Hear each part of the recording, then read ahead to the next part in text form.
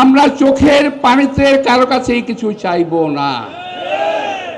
আমরা বকশিশ চাই না, আমরা ভিক্ষা চাই না, আমরা হিসাবের পাওনা চাই।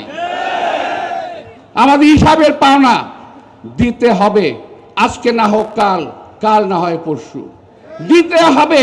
যে আন্দোলন শুরু হয়েছে এই আন্দোলন থামবে না।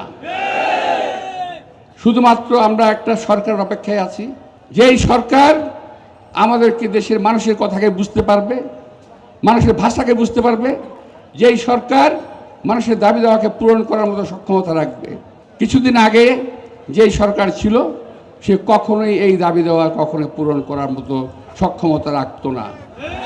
রাখলেও যেহেতু তার ক্ষমতায় থাকতে হবে সেহেতু সে সেগুলো পূরণ করার চেষ্টাও করতো না।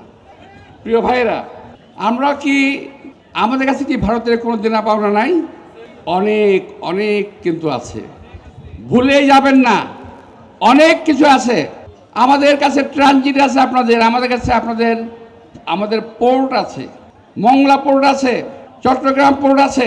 টানা সপ্তমবারের মতো বেস্ট টিস্যু পেপার ব্র্যান্ড হিসেবে স্বীকৃতি পেয়েছে বসুন্ধরা টিস্যু। প্রয়োজনে আমরা হিসাব কিতাব করবো, এখন থেকে মনে রাখবেন, আমরা হিসাব করবো। আমাদের যেখানে যেটা প্রয়োজন আছে সেটা না হলে আমরাও ছাড়বো না। আমাদের তিস্তার পানি চাই, দিতে হবে। ফারাক্কার পানি চাই, দিতে হবে। যেখানে যেখানে আমাদের পানির অভিন্ন নদী আছে সমস্ত নদীর পানি আমাদেরকে দিতে হবে হিসাব মতো। আমি বিশ্বাস করি এই দাবি, এই পানির ন্যায্য হিসাব ইনশাআল্লাহ আমরা আদায় করে ছাড়ব। প্রিয় ভাইয়েরা,